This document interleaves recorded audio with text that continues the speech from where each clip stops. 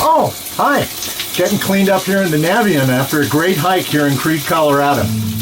At 8,800 feet, Creede, Colorado has tenaciously refused to fade with the passage of time. From its peak of 10,000 residents in the early 1890s to just about 300 today, Creede has persevered through fire, flood, economic collapse, and over a century of high country winters.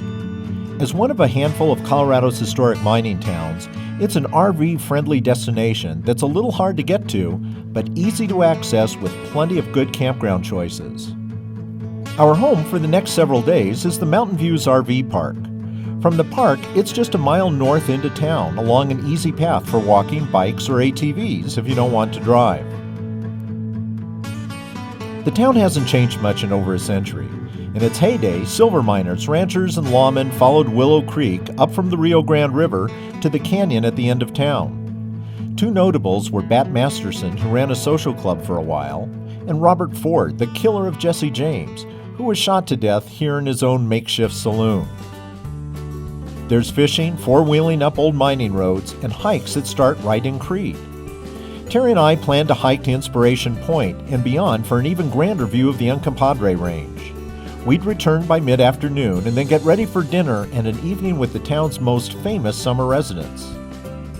You can go from wilderness to civilization in the space of a couple of miles in a couple of hours.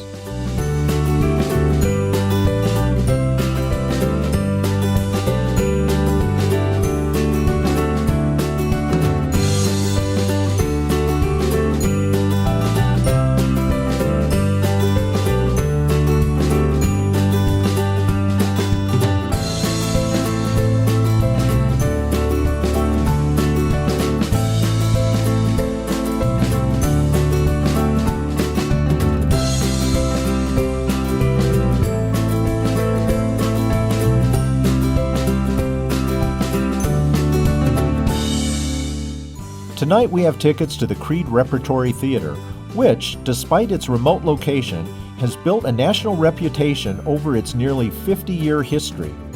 Every summer, professional actors come from across the country to perform in their two theaters. And when the curtain drops at the end of the performance, the audience is always greeted by the actors on Main Street. Creede is a perfect, cool summertime destination where creative imagination takes flight at night on stage and during the day under the watchful eye of mountain hawks.